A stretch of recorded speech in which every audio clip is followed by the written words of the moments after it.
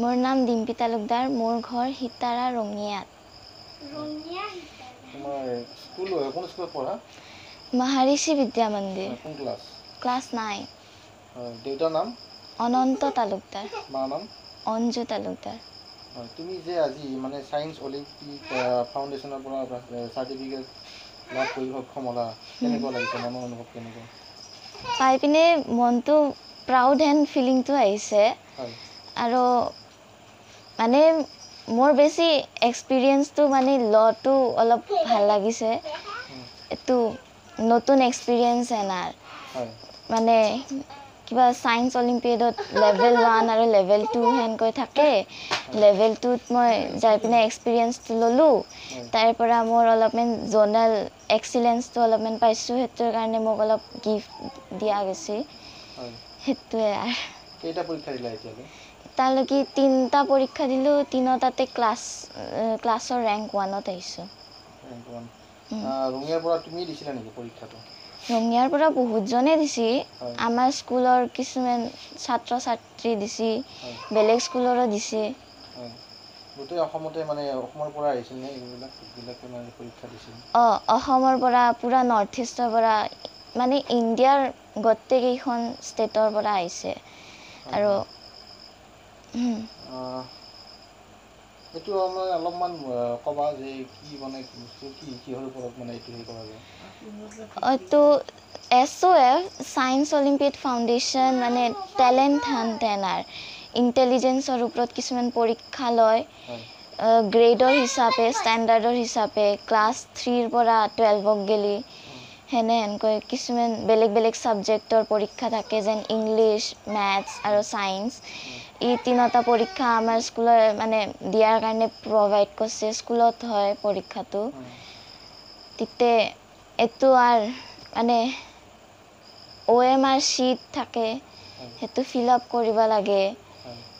এইগিলা মানে প্ৰশ্ন কিছুমান থাকে, মানে পৰীক্ষা হেনাৰ। আৰু ৰেংক ভাল আহিলে গিফ্ট কিছুমান দিয়া যায়। মানে কি ৰঙিয়াত মানে প্ৰথম তুমি হৈছে? ৰঙিয়াৰ ভিতৰত ছায়েন্সৰ পৰীক্ষা দিছোঁ মই 2টা। আগতে এনে আৰু কিহৰ পৰীক্ষা দিয়া গৈছিল? আগতে এনেকুৱা দিয়া গৈছিল। এইটো মহাৰিষিত অহাৰ পাছতহে ক্লাছ 7ৰ পৰা দিবা পাৰা মানে সুবিধাটো পাইছোঁ। ইংলিছ অলিম্পিয়াড ফাউণ্ডেশ্যনত পোৱা গৈছিল নেকি? ইংলিছৰ পৰীক্ষাত মানে ইংলিছৰ গ্ৰামাৰ, ইডিয়মছ কিছুমান থাকে যি লিটাৰেৰী ডিভাইচ, সেইগিলাৰ ওপৰত অলপমান মানে ফ'কাছ দি। মাতৃ হিচাপে আপোনাৰ কেনেকুৱা অনুভৱ? নমস্কাৰ, মই মাতৃ হিচাপে আজি বহুত গৌৰৱ অনুভৱ কৰিছোঁ। অলিম্পিয়াডৰটো সিমান জনা নাছিলোঁ আগতে, বাহিৰত গম পাইছিলোঁ কিন্তু এই দিয়া নাছিল। ইয়াতে তাই 7ৰ পৰা আৰম্ভ কৰিছে অলিম্পিয়াড দিব। তাই ভালেই হেৰি কৰিছে অলিম্পিয়াডত।